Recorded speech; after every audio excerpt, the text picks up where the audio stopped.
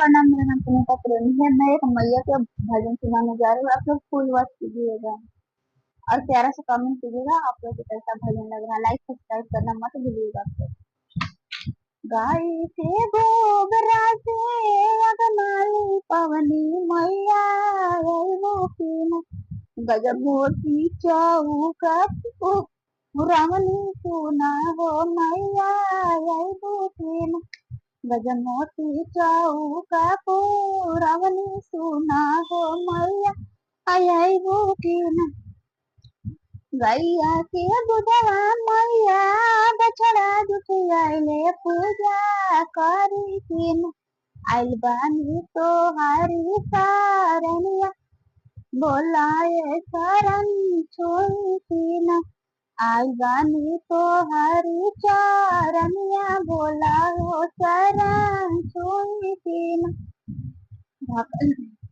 भकरा सिंदूरवा मैया कसरिया जुटियाइले पूजा करी किन मांग भरी किन आइल बानी तोहरी शरणिया बोला हो शरण छुई किन आइल बानी तोहरी शरण।